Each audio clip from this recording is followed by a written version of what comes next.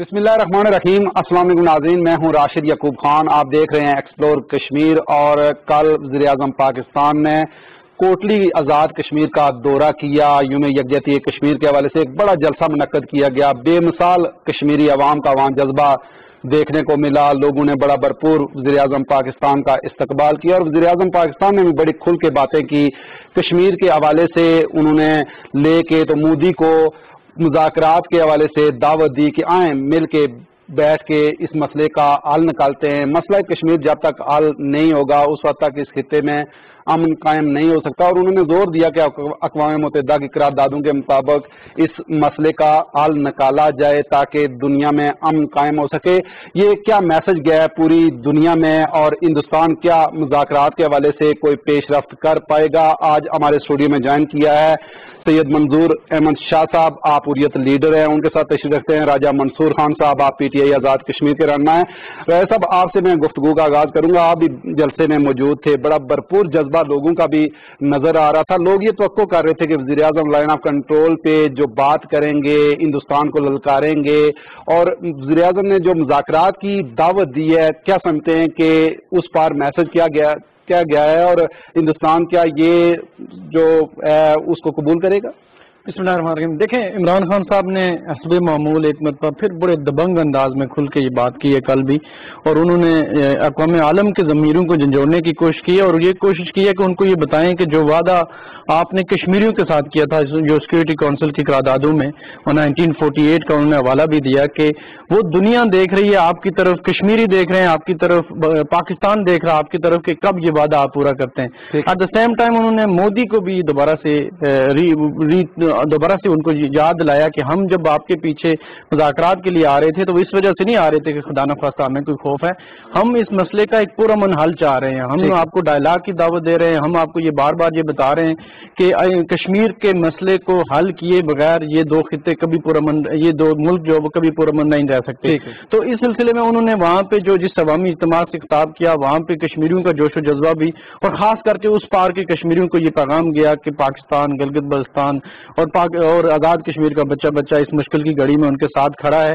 और हम आज़ादी की इस तहरीक में उस वक्त तक उससे पीछे नहीं हटेंगे जब तक यूनाइटेड नेशन के उस वादे के मुताबिक कश्मीरियों को वो खाके खुद आरादियत दे नहीं दिया जाता। ठीक है, बिल्कुल सही है। शाह जी, क्या कहेंगे कि वज़ीर-ए-आज़म पाकिस्तान ने जो खिताब किया है उस खिताब को लेके अगर मैं आपसे पूछूं एज ए कश्मीरी, मकबूजा कश्मीर के आप रिहायशी हैं, क्या मैसेज गया है और आप लोगों की क्या फीलिंग्स है?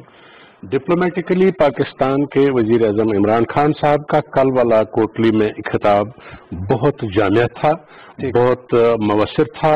हिंदुस्तान के जिंगोइज्म के खिलाफ वजीर आज़म ने कल कमाल डिप्लोमेसी का मुजाहरा किया है और उन्होंने जो दो तीन चीज़ें आवाम के सामने खुल कर रखी हैं वो बहुत वाज़ेह हैं और बहुत अच्छी हैं, हौसला अफजा है। मसलन कश्मीरियों के साथ इजहार यकजहती करना और ये पैगाम देना कि हम आपके साथ हमेशा हैं और आपके साथ रहेंगे।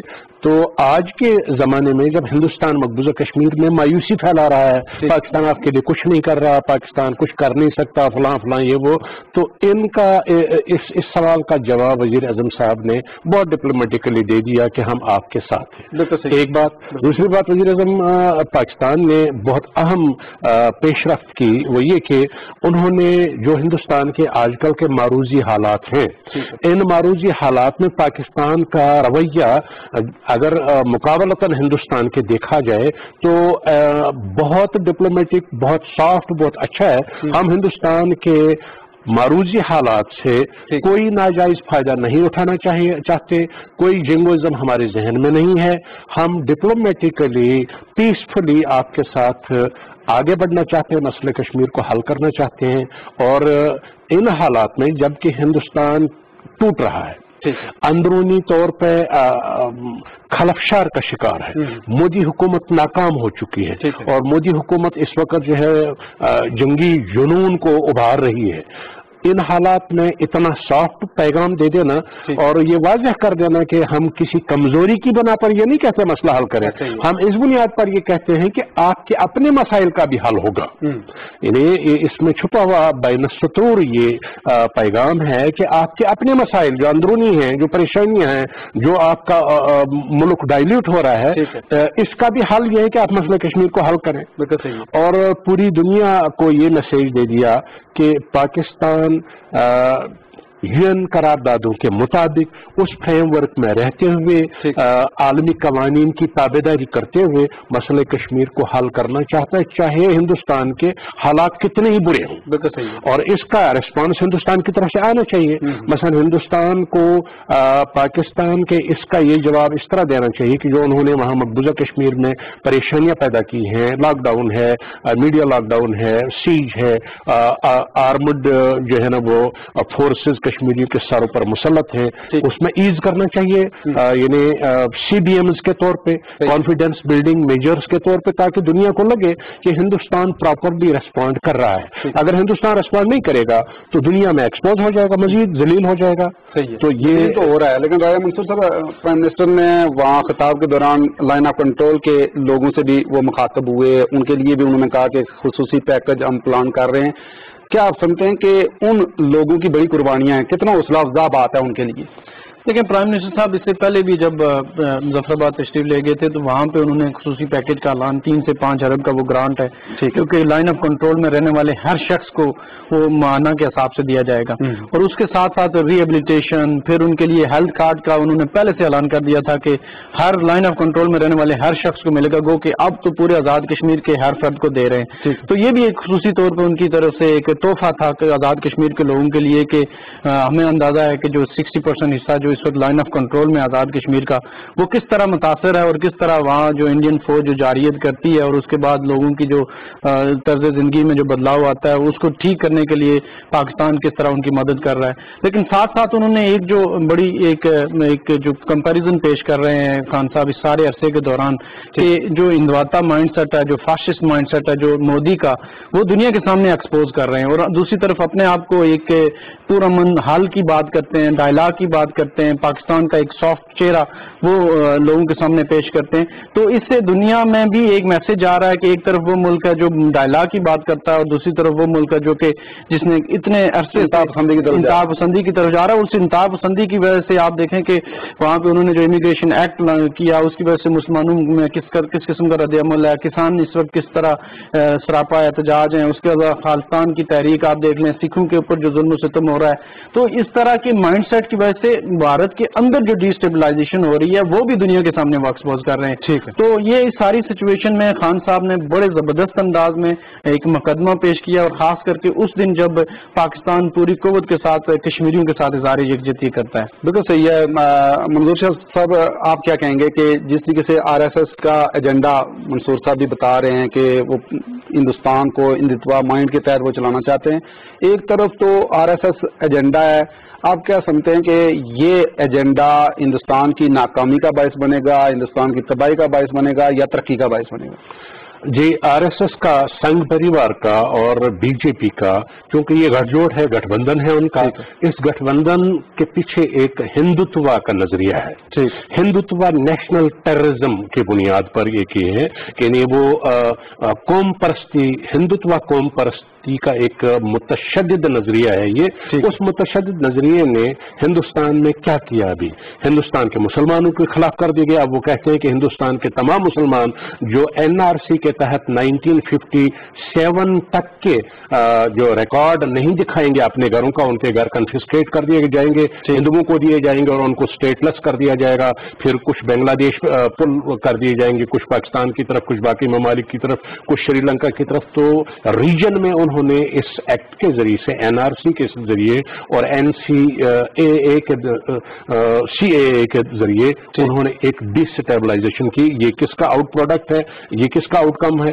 हिंदुत्व नजरिए का। ठीक है, हिंदुत्व नजरिए ने क्या किया? तमाम अपोजिशन, तमाम सॉफ्ट लोग, तमाम पढ़े लिखे लोग इस वक्त हिंदुस्तान में कोई बात नहीं कर सकते। उनका मीडिया इस वक्त जो है ना वो हाईजैक किया गया है, वो बात नहीं कर सकते। जो बात करेगा उसको कहते हैं कि तुम गद्दार हो, तुम देशद्रोही हो, और उसको सजा दी जाती है। तो इसलिए पूरे अवाम में जो पढ़ा लिखा तबका है, एजुकेटेड तबका है, और अपोजिशन के जितनी भी जमातें हैं उनको दबा दिया गया। और हिंदुत्व का आउटकम ये है कि जाहिल लोग जिनकी कोई तालीमी काबिलियत नहीं, कोई उनकी सॉफ्ट इमेजिंग नहीं है, वो सामने आ गए इक्तदार में। और मोदी का पोजीशन ये, मोदी की प्रॉब्लम ये है कि एक छोटा सा आदमी, एक जाहिल सा आदमी जो पढ़ा लिखा नहीं है, उसने एक टोला अमित शाह के साथ मिलाकर सामने लाया, और उनको जब इक्तदार का नशा चढ़ा, वो इक्तदार में आ गए तो वो इंटॉक्सिकेट हो गए, अपने जामे में वो नहीं रहे। और उसका नतीजा क्या होगा कि अपने ही लोगों को मार रहे हैं, सिखों को मार रहे हैं, दलितों को मार रहे हैं, और वो सारे लोगों को कहते हैं कि हम ही देशभक्त हैं, बाकी सब लोग देशद्रोही हैं। तो ये इंजाम क्या होगा फिर?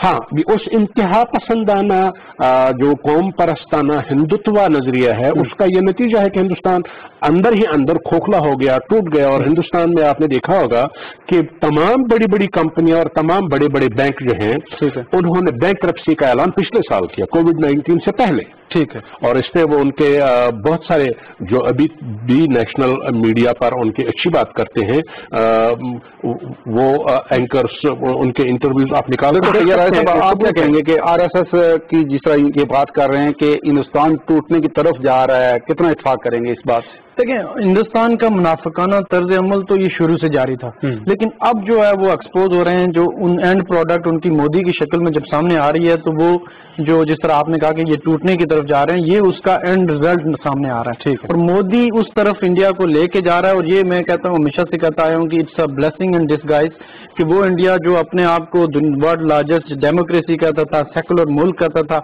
अब मोदी की शक्ल में हमारे लिए एक मदद हो रही है कि हम दुनिया को ये बता सकते हैं कि इनके अंदर क्या असल क्या था।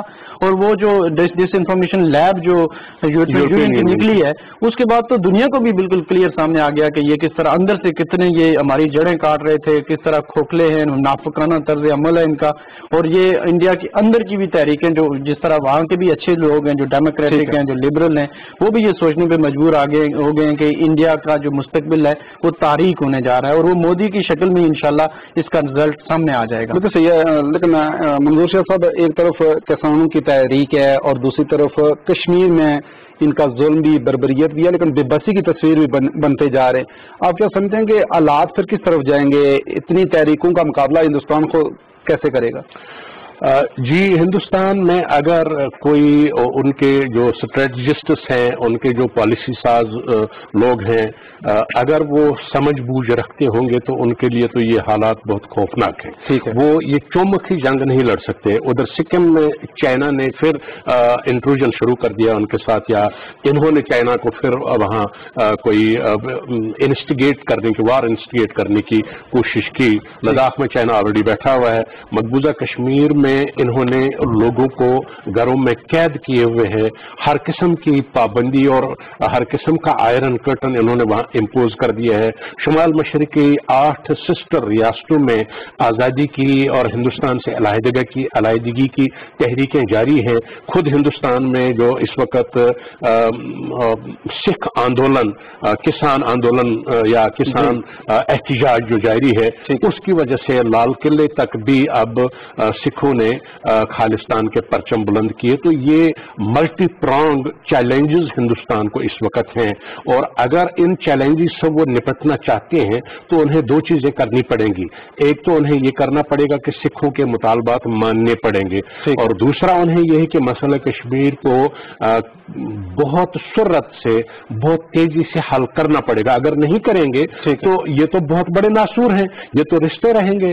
और हिंदुस्तान का जो सिस्टम है, इकोनॉमिक सिस्टम, कश्मीर में नजर आती है वहाँ के जो इस मसले की तरफ तवज्जो दे के हिंदुस्तान टूटने से भी बच जाए और मसला कश्मीर भी। हिंदुस्तान में जो इस वक्त इंटेलिजेंशिया है, जो पढ़े लिखे लोग हैं, जो समझदार लोग हैं, वो तो इस बात पर सोच रहे हैं और गुफ्तगू कर रहे हैं। असल में एक की मिसाल दे सकता हूँ।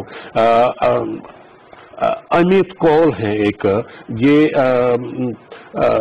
کشمیر میں چیف سیکرٹری بھی رہے ہیں، یہ کلکتہ میں رہتے ہیں، وہ آئے روز یہ کہتے ہیں اپنے ان کے فیس بک پہ آپ جا کے دیکھ سکتے ہیں، وہ آئے روز یہ کہتے ہیں کہ لوگوں کے ساتھ، سکھوں کے ساتھ سافٹ رویہ اختیار کریں، ان کے مطالبات جو جائز ہیں وہ مانیں، کشمیریوں کے مطالبات جو جائز ہیں وہ مانیں۔ اسی طرح بہت سارے لوگ ہیں جو ان کو وہاں، ایون راجیو گاندھی اور وہ جو ہے کلکتہ کی وزیر اعلیٰ، وہ ساری ان کو کیا نام ہے اس کا، مجھے یاد نہیں آ رہا، خیر وہ آپ کو نام یاد ہوگا، وہ سارے لوگ ان کو بتاتے ہیں، نیشنلسٹ لیڈر ششی تھاروڑ وغیرہ، یہ سارے ان کو بتاتے ہیں کہ یہ جس طرف آپ جا رہے ہیں اس طرف تو اس کا کوئی اینڈ نہیں ہے، یہ بند گلی ہے، اور بند گلی میں جا کر آپ پھنس کے تو پھر پورے ہندوستان کو ڈبیکل کا شکار سمجھا رہے ہیں۔ کتنا بند گلی میں ہندوستان پھنس چکا ہے اور کیسے نکلے گا اگر کشمیر کا ایشو حل نہیں ہوتا ہے؟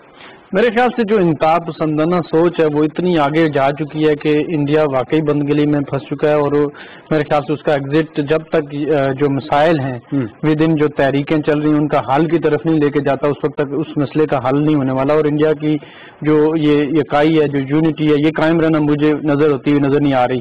بالخصوص کشمیری جو اتنے عرصے سے انہوں نے اس تحریک میں حصہ ڈالا، جانوں کے نذرانے دیے، لاکھوں کے شہداء جو اس تحریک کے پیچھے ہیں، وہ کبھی بھی اپنی تحریک سے پیچھے نہیں ہٹنے والے۔ اسی طرح جو باقی انہوں نے جس سوچ کو پروموٹ کیا، انتہا پسندانہ سوچ کو، ہندوتا مائنڈ سیٹ کو، وہ سوچ اتنی آگے جا چکی ہے کہ وہ دوبارہ سے میرے خیال سے ریورس میں وہ بھی نہیں جا سکتی، تو اس کا حل آخر میں انڈیا کے ٹوٹنے کی شکل میں مجھے سامنے آتا ہوا نظر آ رہا ہے۔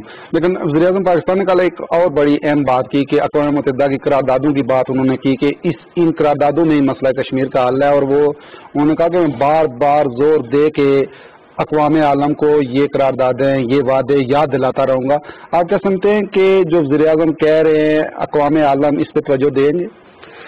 دیکھیے، اقوام عالم کو اس پر توجہ دینا پڑے گا۔ ایک تو وزیر اعظم نے بہت اچھی بات کی ہے کہ اقوام متحدہ کی قراردادوں کے مطابق، یعنی جو دنیا نے، یعنی جو اقوام متحدہ نے، آپ لوگوں نے کشمیریوں کو رائٹ آف سیلف ڈٹرمنیشن کا 1948 میں وعدہ کیا ہے، وہ وعدہ آپ کو پورا کرنا چاہیے۔ یہ وزیر اعظم کا ریٹریشن ہے، ان کا یہ دہرانا جو ہے، یہ بہت اچھی بات اس لیے ہے کہ ظاہر ہے دنیا کو یاد دلایا جا رہا ہے کہ بھئی یہ وعدہ آپ کا ہے، یہ کشمیریوں کا وعدہ نہیں ہے، یا یہ ہندوستان کا وعدہ نہیں ہے، تو آپ نے ہندوستان کے ساتھ مل کر وعدہ کیا، اور پاکستان کے اور کشمیریوں کے ساتھ آپ نے یہ وعدے کر کے اس پر دستخط کیے ہیں۔